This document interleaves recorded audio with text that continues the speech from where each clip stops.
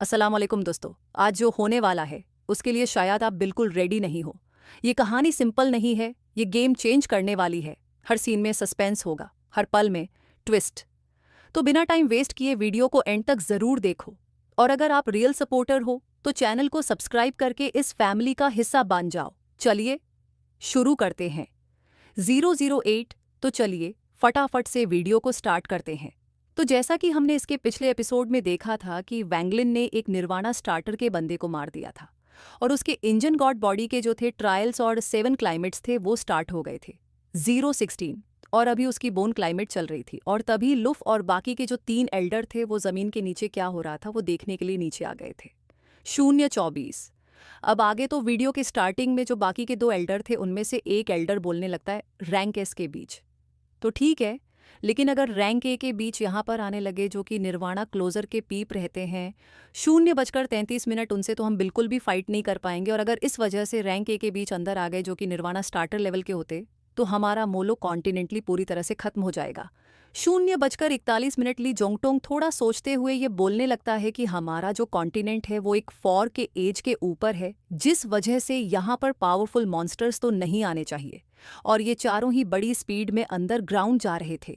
0:48 और जैसे जैसे वो आगे जाने लगते हैं उनके बॉडी के ऊपर खतरनाक ही प्रेशर पड़ने लगता है जो कि उनके सोल तक भी जा रहा था।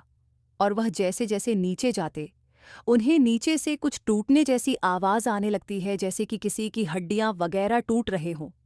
0:57 और वह जैसे जैसे नीचे जाते जा रहे थे ये जो आवाज थी उतनी ज्यादा ही खतरनाक होती जा रही थी।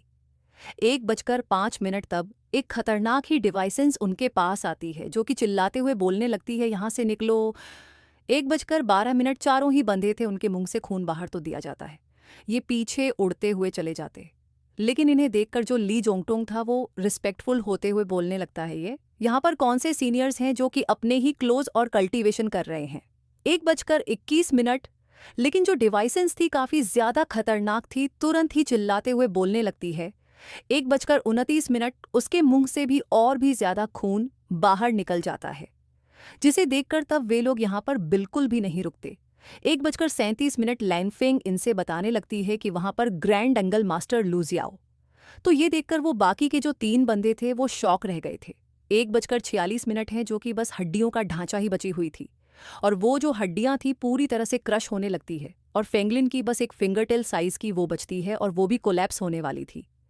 1:53 लेकिन तभी वैंगलिन का जो अवतार होता है एक स्टॉप स्पेल यूज करता है, जिस वजह से उसे एक खतरनाक ही ब्लॉक मिलता है और इस वजह से वो पीछे उड़ता हुआ चला जाता है।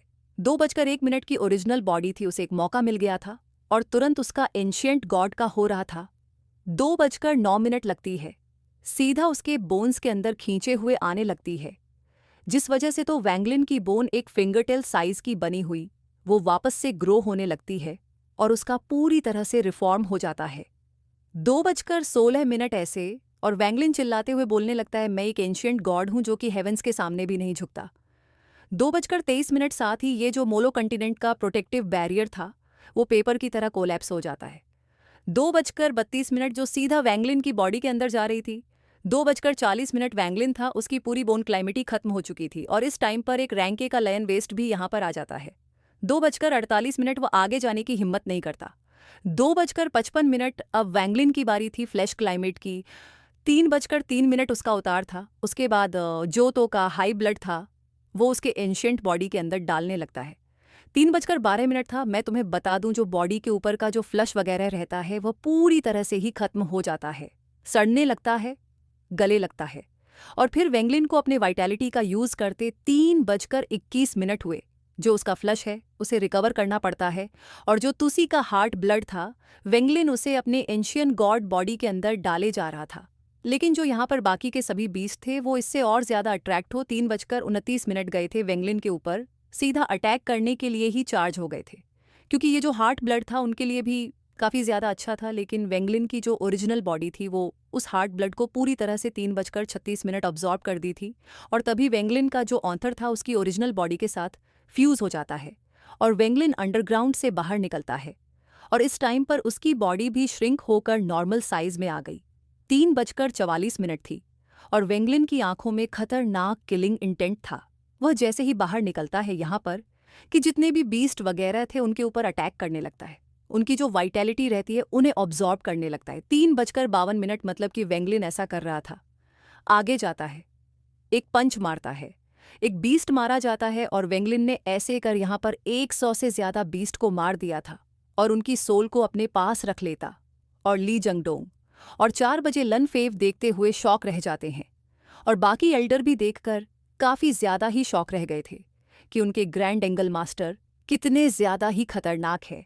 रैंक 6 के बीस्ट तो बस वो अपने एक एक पंच से ही खत्म कर दे रहे। और इस टाइम पर हम आसमान में 2000 फीट लंबे एक रैंक के स्नेक लाइन बीस्ट को भी देखते हैं जो दिखने में काफ़ी खतरनाक था।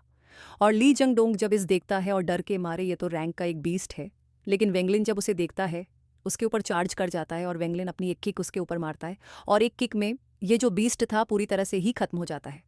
और ये देखकर तो यहाँ पर के जितने भी बंदे थे, ये चारों एल्डर यानी कि ल्यू एंड के ली ओंग वगैरह सभी लोग ही काफ़ी ज़्यादा ही शॉक ले जाते हैं कि एक निर्वाणा क्लोजर पी का बीस्ट ऐसे ही मारा गया।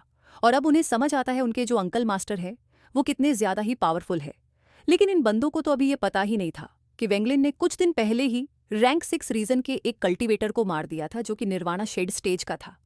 और अगर वेंगलिन को उसे मारता हुआ ये लोग देख लेते तो इनका क्या ही हाल हो जाता। और इस टाइम पर वेंगलिन जो मैडमैन बना हुआ देखकर यहाँ पर जितने भी बीस्ट थे वो यहाँ से के अंदर आ जाती है, जिस वजह से वेंगलिन की जो फ्लश क्लैमिटी थी वो और ज़्यादा पावरफुल हो जाती है। वेंगलिन का जो फ्लश बनने का तरीका था वो और ज़्यादा स्पीड से बनने लगता है और देखते देखते वेंगलिन ने 5000 किलोमीटर के अंदर के जितने भी बीस्ट वगैरह थे उन्हें मार दिया था।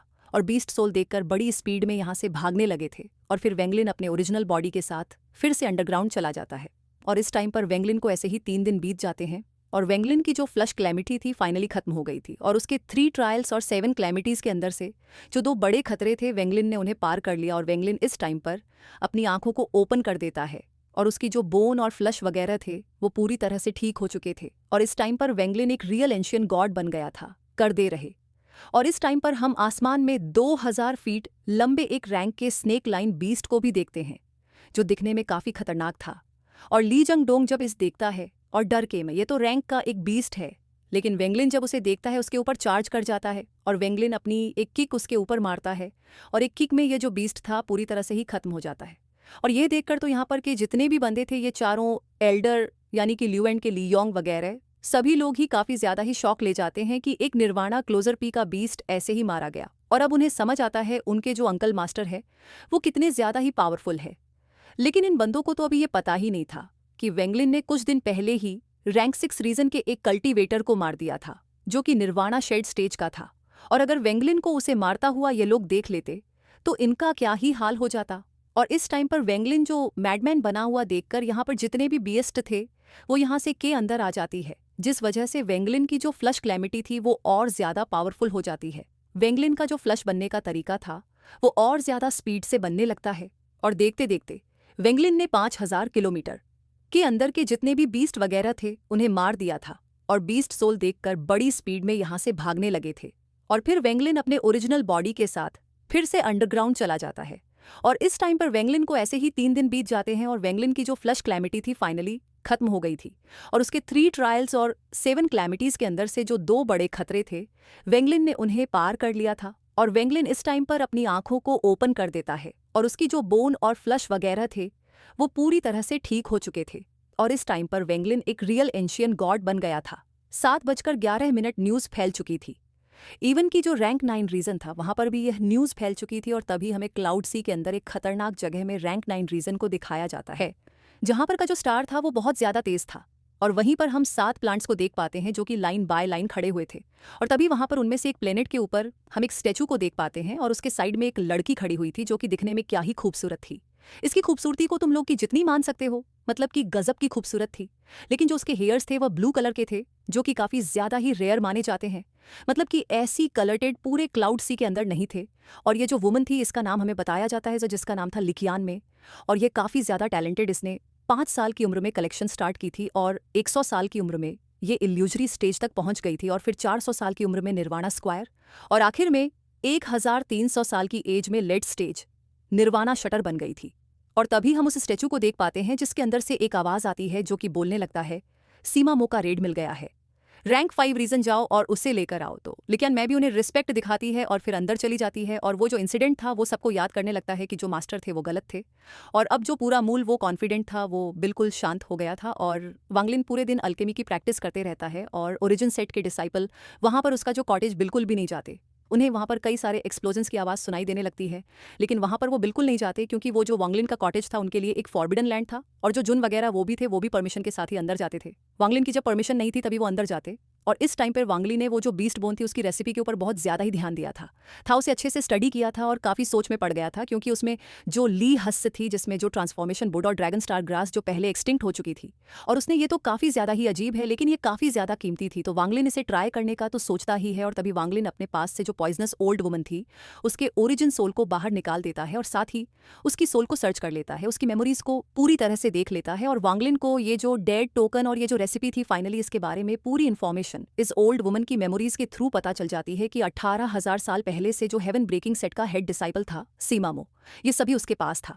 अगर उसके साथ कोई एक्सीडेंट नहीं हुआ होता तो वह उस दोस्तों आज का एपिसोड यहीं खत्म होता है, लेकिन कहानी अभी खत्म नहीं हुई। असली ट्विस्ट तो अब शुरू होने वाला है। अगर आपको ये वीडियो पसंद आया हो तो लाइक ज़रूर करें और चैनल को सब्सक्राइब करके बेल आइकॉन दबा दें ताकि अगला एपिसोड सबसे पहले आप तक पहुंच सके। कमेंट करके ज़रूर बताना आज का सबसे शॉकिंग मोमेंट कौन सा था। मिलते हैं नेक्स्ट वीडियो में, तब तक के लिए अपना ख्याल रखिए। अल्लाह हाफिज़। वालेकुम अस्सलाम।